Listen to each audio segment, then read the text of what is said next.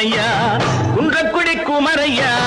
குறைகளை தீரையா வளமும் பொருள் நலமும் வளரும் அருள் இறையும் வளமும் பொருள் நலமும் வளரும் அருள் இறையும் சண்முகனா